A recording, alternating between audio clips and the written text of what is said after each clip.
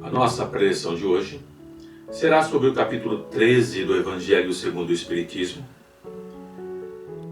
Que a vossa mão esquerda não saiba o que faz a vossa mão direita. Nós falaremos brevemente sobre alguns itens: fazer o bem sem ostentação, os infortúnios ocultos, e o óbolo da viúva, e convidar os pobres e os estropiados. A nossa prece: rogamos ao Mestre Jesus que nos ilumine, nos fortaleça em nossas almas, para que possamos passar com coragem, determinação, confiança no Pai, pelos difíceis momentos que a nossa civilização está vivendo. Que fiquemos na sua paz, Mestre Jesus. Ao longo da jornada evolutiva, nós espíritos vamos caminhando muito lentamente, galgando degrau após degrau, que vão nos levando à direção da plenitude, em busca do nosso Pai Maior. A cada degrau, novos obstáculos se apresentam. Vencidos alguns, surgem outros, e alguns deles continuam a nos acompanhar. Essa longa jornada evolutiva que temos como espíritos que somos, dois grandes obstáculos se apresentam: o orgulho e o egoísmo. Esses obstáculos da alma, esses obstáculos da inferioridade. Eles são mais difíceis de serem vencidos, de serem removidos. Por quê? Reencarnação após reencarnação, eles nos acompanham. E a nossa verdadeira luta durante cada encarnação é nos libertarmos dos mesmos. Estão tão intimamente ligados a nós, pois nós os cultivamos ao longo de milhares de anos. Suas raízes são muito profundas e não conseguimos extirpá-las de uma só vez, por exemplo, na atual encarnação. Serão necessárias muitas outras reencarnações, das mais diversas, para conseguirmos arrancar essas raízes do orgulho e do egoísmo, que estão profundamente arraigadas em nós. Dado ao nosso primitivismo como espíritos em aprendizado, como conseguiríamos por nós mesmos identificar o orgulho e o egoísmo como prejudiciais a nós? Em que momento nós conseguiríamos descobrir isso? Que eles estão em nossa essência espiritual, dado ao nosso pouco tempo de espíritos, e precisamos nos libertar. Não conseguiríamos. Necessário se faz a presença de um mestre que nos ensine, um mestre que, além de nos ensinar a identificar o mal do egoísmo e do orgulho em nós, também nos ensinasse a prática da libertação e da erradicação dos mesmos no solo espiritual que somos nós. Um mestre que nos ensinasse a energia de uma virtude que nós não conhecíamos, que é a virtude do amor. O amor nos protege do orgulho, do egoísmo e nos liberta dos males que decorrem dessas imperfeições. Jesus é esse mestre. Jesus é aquele que encarna entre nós para nos ensinar o amor. E essa encarnação, com o propósito, com o propósito de mudar o curso da humanidade, veio nos ensinar a prática desse amor, o exercício do mesmo no nosso dia a dia. Jesus foi além de outros mestres que o antecederam. Ele não apenas ensinava, mas o praticava diariamente. Durante o seu apostolado de 3 anos, nos mostrou que sim, é possível e que todos nós teremos que seguir uma longa estrada que nos leva ao Pai, mas para isso é necessário nos libertarmos do peso do egoísmo e do orgulho. O mestre de amor, pouco a pouco, vai nos ensinando e deixando aos seus apóstolos, aos seus discípulos e àqueles que os cercavam, lições maravilhosas que perduram até hoje. E essas lições do Mestre não se limitaram apenas ao falar. Ele as exemplificava incansavelmente por onde quer que fosse. Ele nos ensinou através das parábolas, ele nos ensinou através das bem-aventuranças, ele nos ensinou nas reuniões íntimas com os apóstolos, ele nos ensinou nos encontros com as multidões que o seguiam, pedindo a cura dos males do corpo. Jesus, ensinando, curava os males do corpo, aquilo que os perturbava imediatamente, e ao mesmo tempo ensinava como se curar dos males da alma. Em uma dessas passagens, ele nos fala sobre não saiba a sua mão esquerda o que faz a direita. Uma lição maravilhosa que o Mestre do Amor nos deixou. Jesus, se dirigindo aos que o cercavam, diz: guardai-vos de praticar a vossa justiça diante dos homens para serdes vistos por eles. Do contrário, não recebereis recompensa junto ao vosso Pai que está nos céus. Por isso, quando deres esmola, não te ponhas a trombetear em público, como fazem os hipócritas nas sinagogas e nas ruas, com o propósito de ser glorificados pelos homens. Em verdade, vos digo, já receberam a sua recompensa. Tu, porém, quando deres esmola, não saiba a tua mão esquerda o que faz a tua direita, para que a tua esmola fique em segredo, e o teu Pai, que vê no segredo, te recompensará. Guardai-vos de praticar a vossa justiça diante dos homens, para serdes vistos por eles. Na época de Jesus, fazer a vossa justiça significava praticar as boas obras que tornam o homem justo diante de Deus. E na opinião dos judeus, as principais práticas de justiça era a doação da esmola. Profundo conhecedor das tradições dos judeus e suas leis, Jesus alerta aos que o seguem e o ouvem para que não pratiquem esse tipo de justiça, dar esmolas para que os homens vejam, saibam, mas que a pratiquem para que o Pai, vendo em segredo, reconheça e recompense com as dádivas dos céus. E todos que praticam a justiça, esperando o reconhecimento dos homens, são hipócritas sim, pois o fazem nas praças e nas sinagogas, e não receberão o reconhecimento do Pai maior que está nos céus. Fingem agradar a Deus, aí está a hipocrisia, mas são falsos devotos que apresentam uma caridade afetada, barulhenta, chamando a atenção de todos aqueles que são semelhantes a ele, os homens. Ao descer da montanha, seguido por grande multidão, de repente um leproso se aproximou e se prostrou diante de Jesus, adorando-o e dizendo: Senhor, se queres, tens poder para purificar-me. Jesus estende a mão e, tocando-o, disse: Eu quero ser purificado.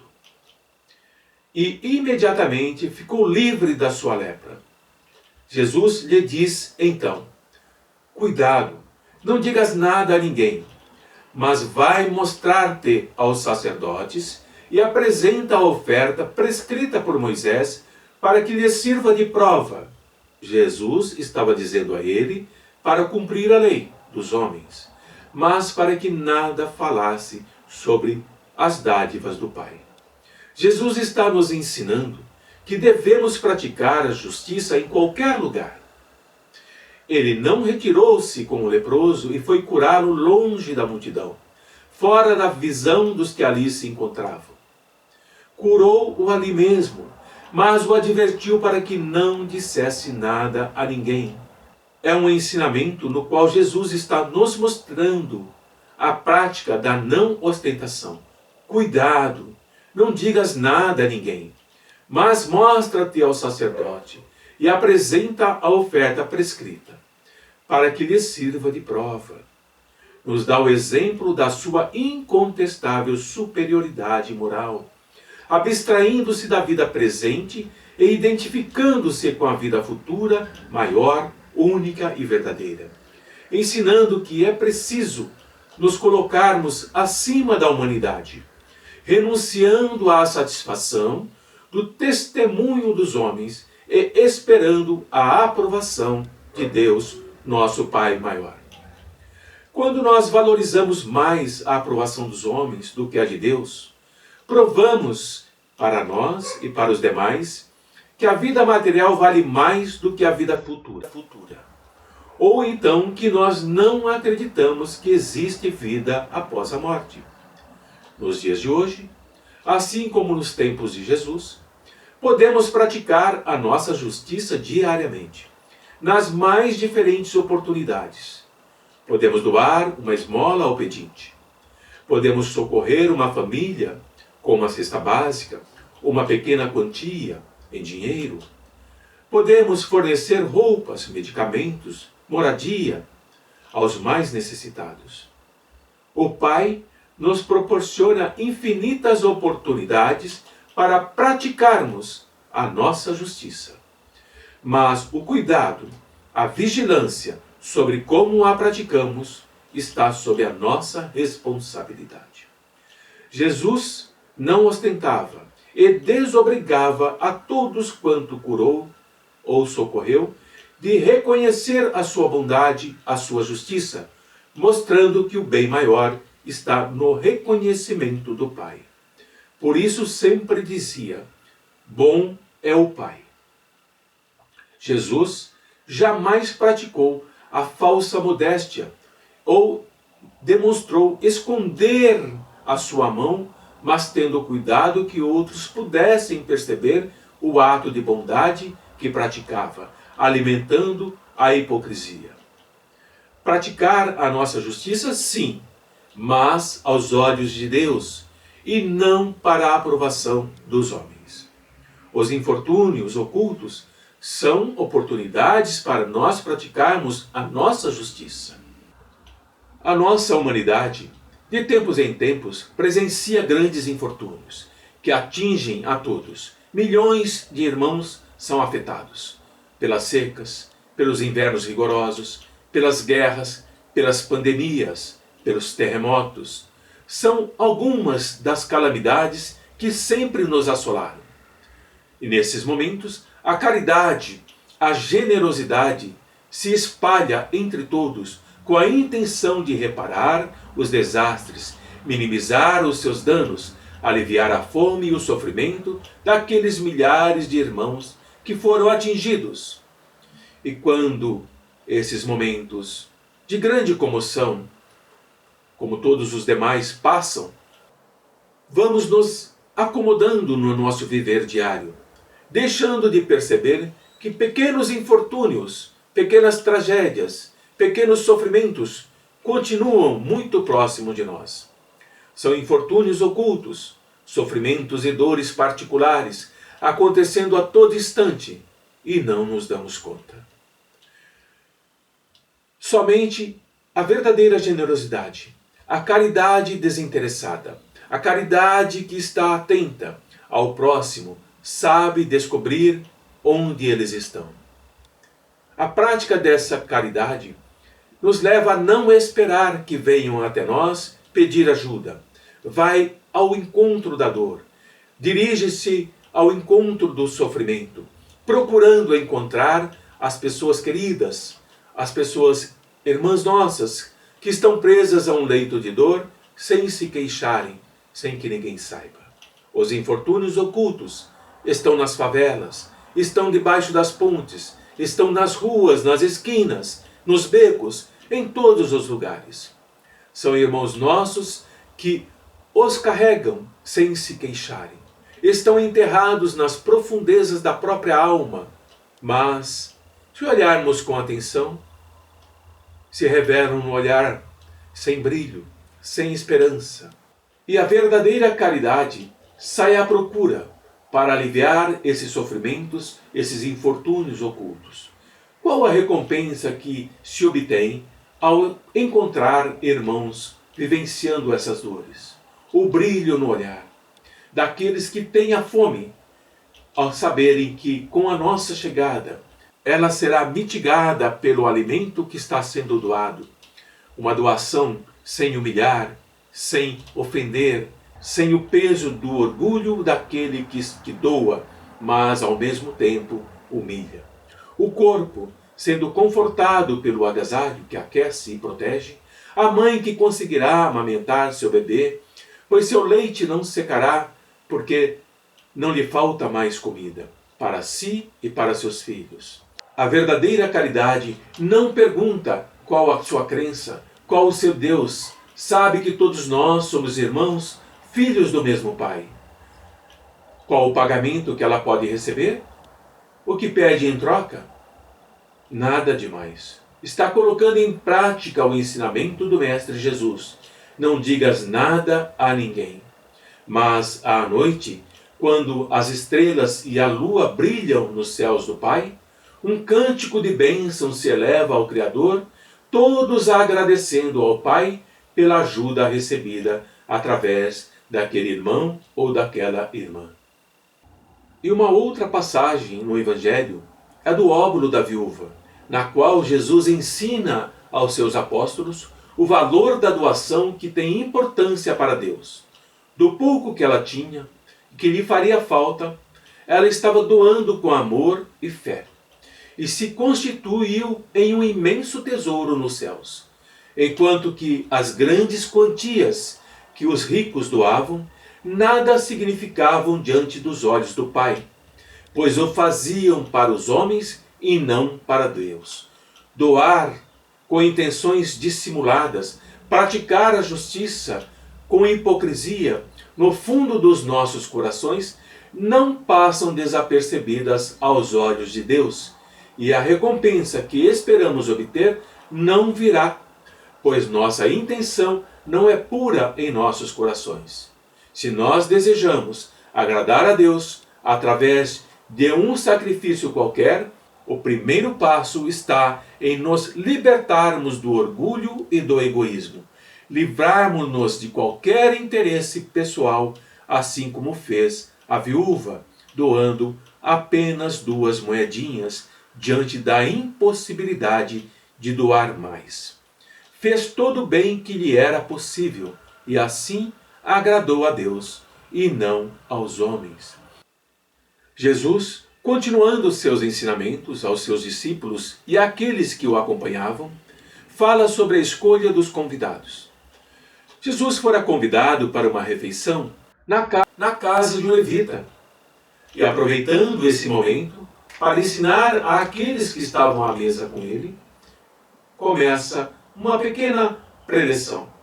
Ao dares um almoço ou jantar, não convides teus amigos, nem teus irmãos, nem teus parentes, nem os vizinhos ricos, para que não te convidem por sua vez e te retribuam do mesmo modo.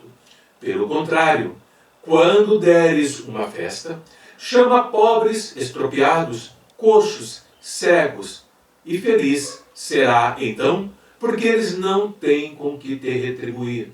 Serás, porém, recompensado na ressurreição dos justos. Esta passagem está em Lucas, no capítulo 14, versículos de 12 a 15. E um dos comensais que ali estavam, levanta-se e, se dirigindo a Jesus, disse: Feliz aquele que tomar refeição no reino dos céus.